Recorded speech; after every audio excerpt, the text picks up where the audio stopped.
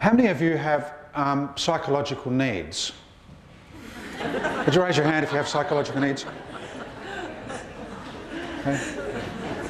I'm not asking you to confess these, okay? Although that could be very interesting, but I just would like to know whether you have them or not. Okay, I can see many people agreeing.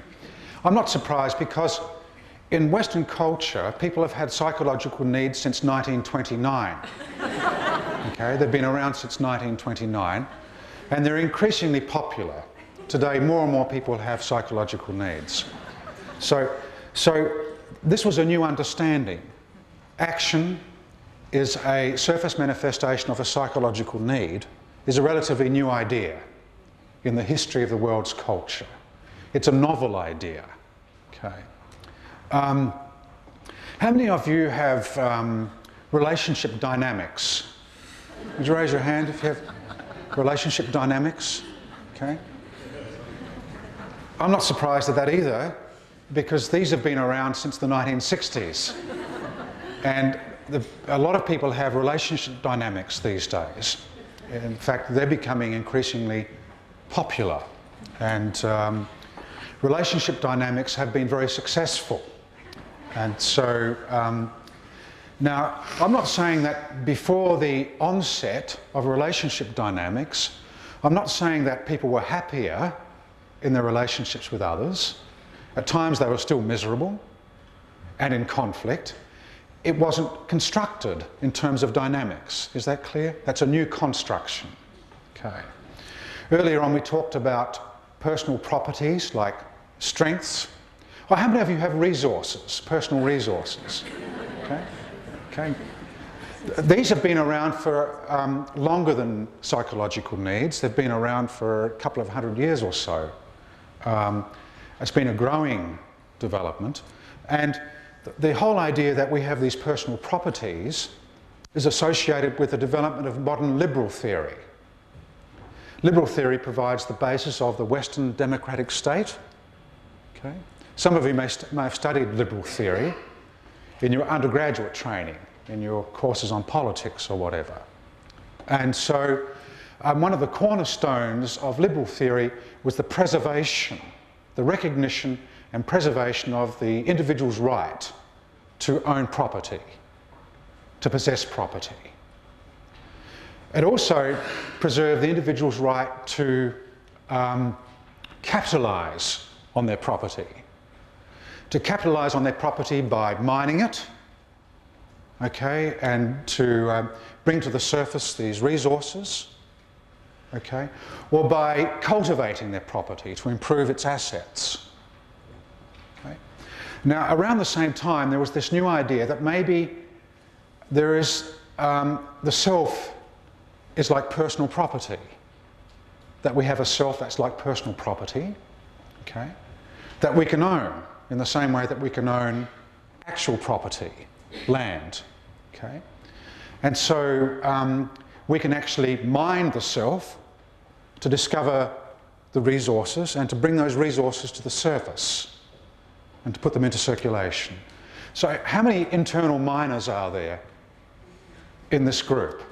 How many of you found yourself in situations where you had to dig deep to get in touch with your resources and to put them into circulation? Internal miners in the group? Mining tradition? Okay, people from Rhoros here? Okay. And how many internal farmers are there in the group?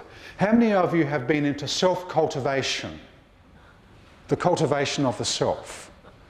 You know, cultivating this quality or this asset. Okay. So you're the internal farmers of the group. Okay. So these are relatively new understandings.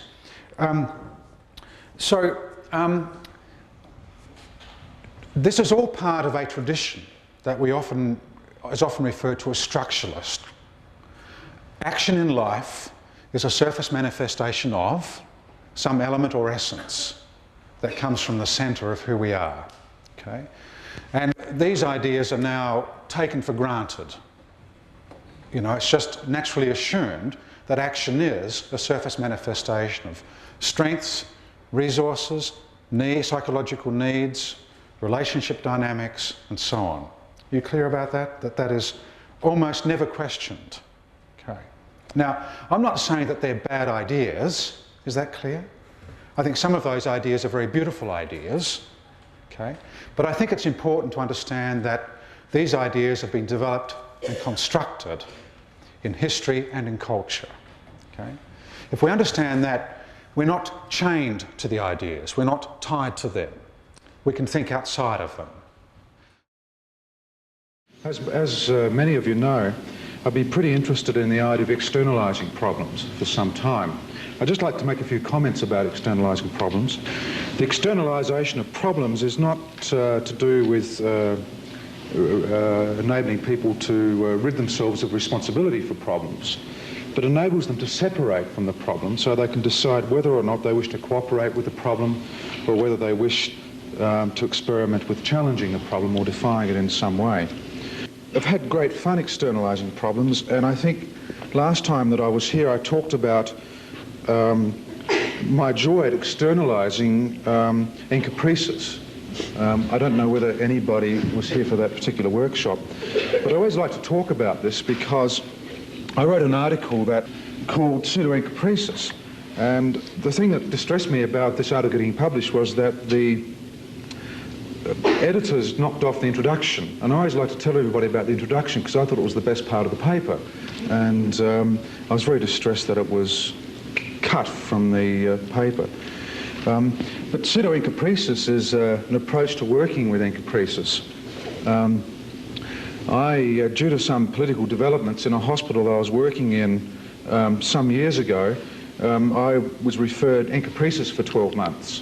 And I needn't tell you about the nature of the political developments, but from, I guess you make some assumptions about what sort of political developments.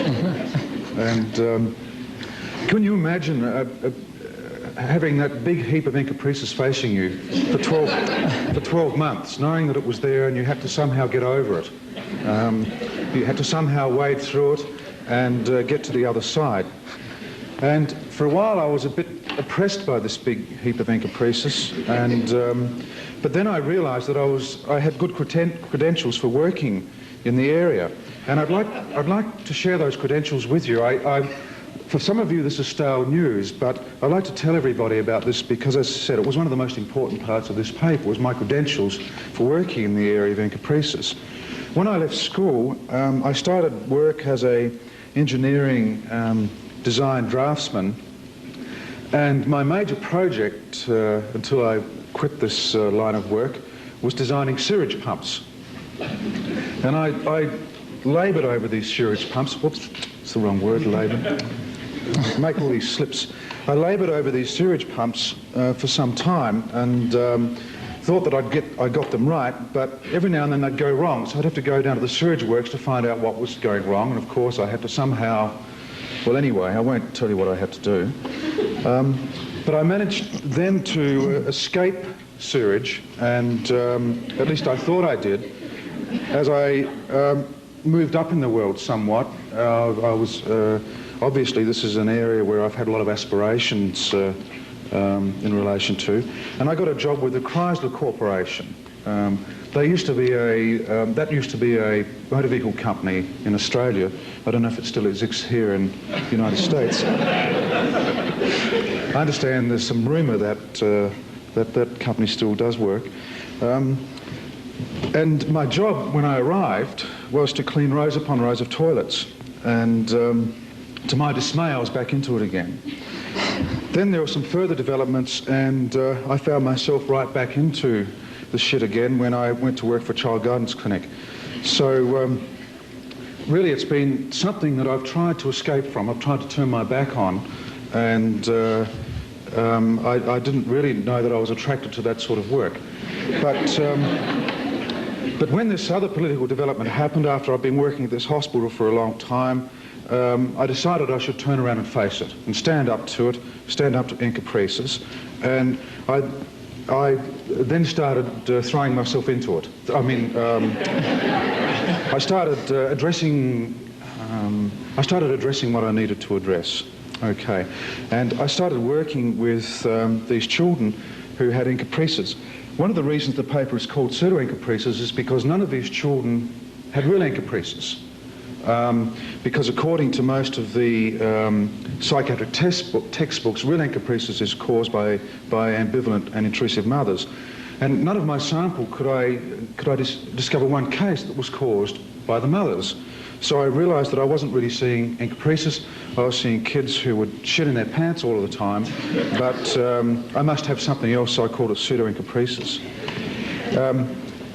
But to cut a long story short, one of the things that I started externalising was sneaky poo. And we know how treacherous sneaky poo can be. It tries very hard to stick around, to dominate the lives of children for as long as possible. And externalising sneaky poo was very helpful to my thinking about the externalisation of other problems. Now that's just a bit of an introduction to externalisation. I started developing a program where sneaky poo was externalised. I started developing questions that enabled family members to unite together and challenge the oppression of sneaky poo. Okay, so that's sneaky poo. So with the externalisation of the problem, no longer is the person the problem, but the problem is the problem. There was not a profound idea. It's taking me years and years and years to get that idea. Do you think it's a profound idea that the problem is the problem? You do? It's remarkable, isn't it? You've no idea the amount of study and time and analytical work that went into reaching that point. The problem is the problem. You know the example of Sam and the sneaky poo? Well, this is something else that was given to Sam that I forgot to mention. It was a letter to Sneaky Poo that Sam and I wrote together. And every time Sam put Sneaky Poo in his proper place, he was to read this out, screw it up and throw it down, into the toilet. And I gave him about 100 copies of this. It says, to Sneaky Poo, read this. My name is Sam. I've just taught you a lesson that you should not forget. This is Sam's life, not your life. You can't trick me anymore. I won't let you mess my life up. You can't fool around with me, so take that. Signed, Samuel, Thomas, Pink and Garfield. Garfield's his, support.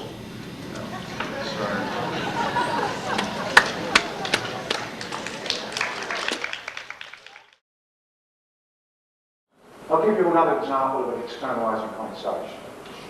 I'm meeting this family, and they have a boy called James. And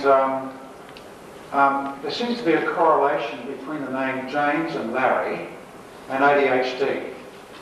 If you have a James or a Larry, more chance that child will have ADHD. A lot of children I see are called James or Larry.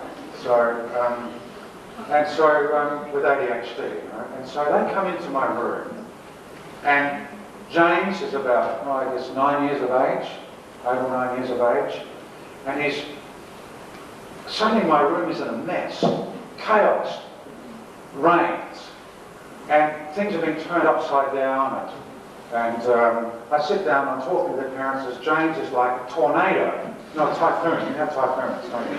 It's like a typhoon going around my room. And I say, well, it's interesting to meet you, and so I'm trying to concentrate with all this clapping and banging going on. And, I get to hear the family come to see me because they're concerned about James. And they tell me that James has ADHD, that he's taking some medication, but it's not enough. Surely there's more that can be done. I'd say, well, how did you find out about ADHD? And they said, well, the paediatrician told us, and this was confirmed by a psychologist, and so he's definitely got ADHD. So at least we know what the problem is. I said, well, that must be a relief, to know what the problem is. They said, well, yes, but all we now have to know is what to do about it. Okay. So my chair starts going up and down, like I'm on a bucking horse. Okay. I look down, there is James, and I'm feeling precarious, so I say to James, could you be a camel instead? Because I like riding on camels. Have you ridden on a camel? It's majestic and it's cruising, it's wonderful. So he tries to be a camel, so I'm going like this. And I'm saying to the parents, well, and it's very dreamy, it's lovely actually. I say, it's like I get in a trance state, you know. And I say, well, what sort of ADHD has James got? What type is it? We have to know what type it is if we're going to treat it. And then James stops, thank heavens, and goes off and does something else. And I say, what do you mean, what type of ADHD it is? Well, there are different types of ADHD, like everything else. Which type is this? They look at each other, and they think about their pediatrician, and they say, with indignation, well, he didn't tell us that.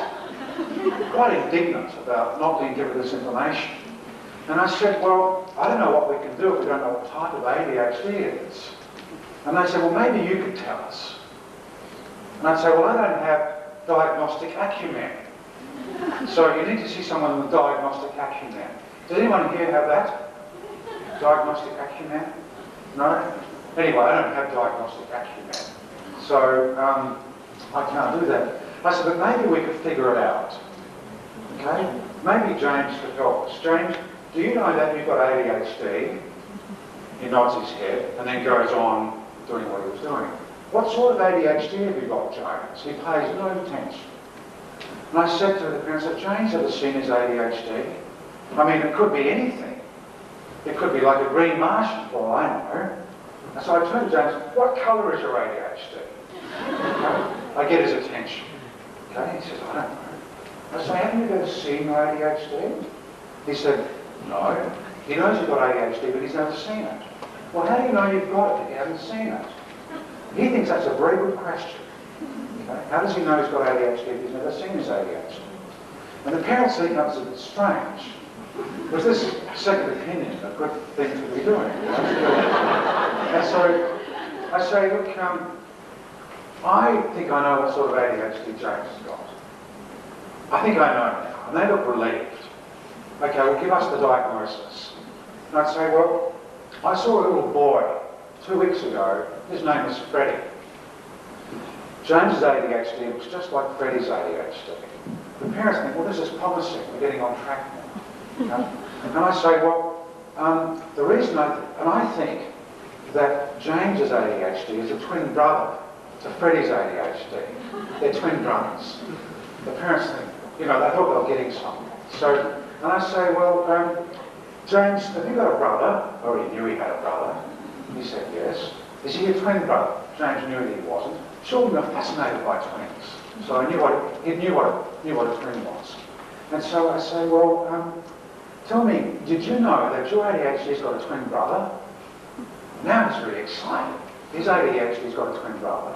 And I said, look, do you want to know what it looks like? He wants to know. I look at the parents. They want to know. Now the parents are getting interested. Because this is a fun, light-hearted approach to a deadly serious situation. They can see a few possibilities because James is getting engaged. So they come on side with me. So I go into my office and I come back with a painting of Freddie's ADHD. Freddie gave me a copy. Because I have these archives, therapeutic materials I share with others. I do this a lot. It's very helpful. So I come in and I say, here's Freddie's ADHD. Do you think yours looks like this ADHD? We all study it. And his parent says, yeah, look, I recognise this ADHD. This looks familiar. And so there's a general consensus that James' ADHD is a twin to Freddie's ADHD. And I said, well, how do we confirm this? We have to know for sure before we can take action. And so the parents say to me, well, how did Freddie know what his ADHD looked like? So Freddie was very clever. One night, he woke himself up in the middle of the night without any warning, and his ADHD was off duty, lazing around the place, and Freddie caught him napping.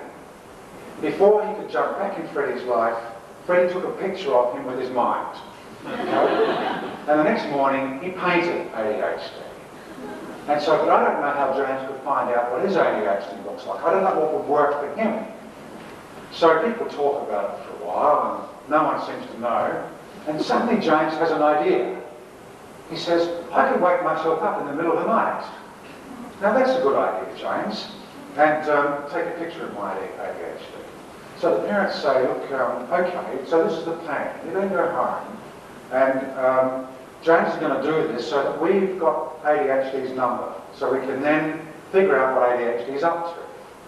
Because what ADHD does will be true to ADHD's character. Is that clear? So we'll get to understand ADHD, we'll figure out how to out-trick ADHD. So I say, the parents say, well, what should we do? Because they've always had this homework, you know, behavioural management and all this sort of stuff. And so, pretty heavy stuff. And I'd say, look, the best thing for you to do, wait for it, and they're getting priming themselves, hoping it won't be too much of a burden, do nothing. I want you to do nothing. Well, maybe we could remind James to do this before he goes to sleep. I'd say, no, no, no. ADHD will get wind of it. You know, it would be giving him a warning. Say nothing. But in the morning, when James wakes up, every morning for the next week, say to him, did you do it, James? When you're sitting down at breakfast, both of you say together, in unison, and you can practice here to get the lines, did you do it, James? Okay? Practice, they practice. James, did you hear that? When you hear that, James, your mum and dad will be asking you about ADHD. And they won't say anything more. They'll just say, did you do it, James? If you ask what, they won't tell you.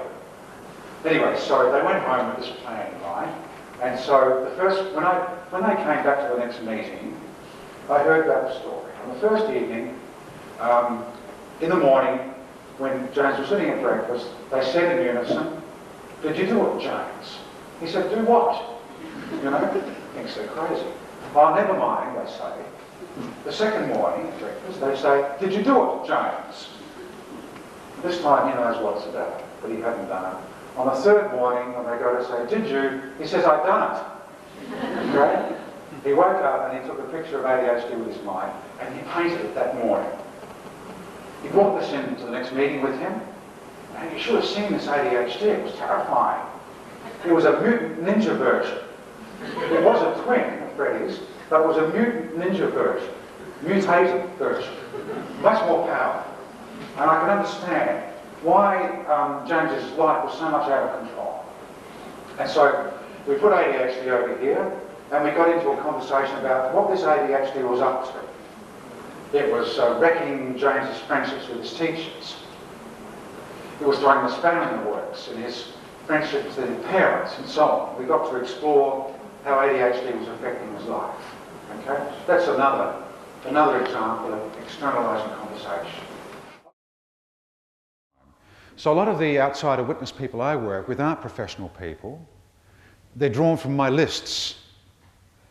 When I'm working with families or with couples or with individuals, at the end of my work with them, I ask them whether or not they'd be interested in joining me in my work with someone else at some point in the future.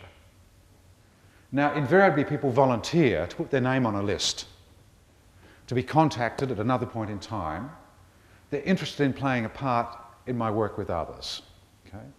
So I have lists. So I draw outsider witness people from those lists. And people are very enthusiastic to play a part in healing conversations with others. Okay? I also know the local Greek shopkeeper really well, and I might be working with a Greek family, and I know that he's put his name on a list to be an outsider witness to any conversations I might be having with a Greek family who are happy to have someone present. How many of you would have relatives? A few of you? No. Okay. Would some of you have parents? Sons, daughters, nephews, nieces, cousins, uncles, aunts, and so on? Well, sometimes I draw from my relative network.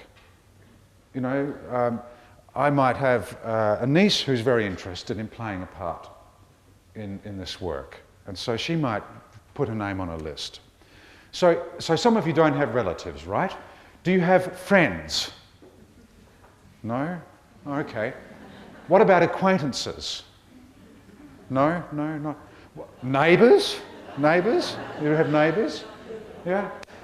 The potential outsider witness people are everywhere to be found. And I become centred and non-influential. Instead of asking some of the reauthoring questions that I could have easily asked her, because there's so many rich possibilities here, I shut the door on all of those, and I have an opinion about what she could now do. Okay? So I say, look, Lee, I'm really too happy about this. And I go ahead of her, and I say, Lee, I'm just wondering what you think about the idea of meeting with your mother and catching her up with this conversation. Okay? And I embroider on this, and I realise that I'm way off the track. This is my idea, not Lee's idea. It's not a possibility that comes from her, it's one that comes from me. But you can see I'm enthusiastic about it, and halfway through embroidering on this, I realise that I'm way off the track. Don't do as I do, do as I say, because this is not a good place to be. And I'm stuck, my mouth open, and I'm hoping some wisdom will come from my mouth. But wisdom deserts me totally.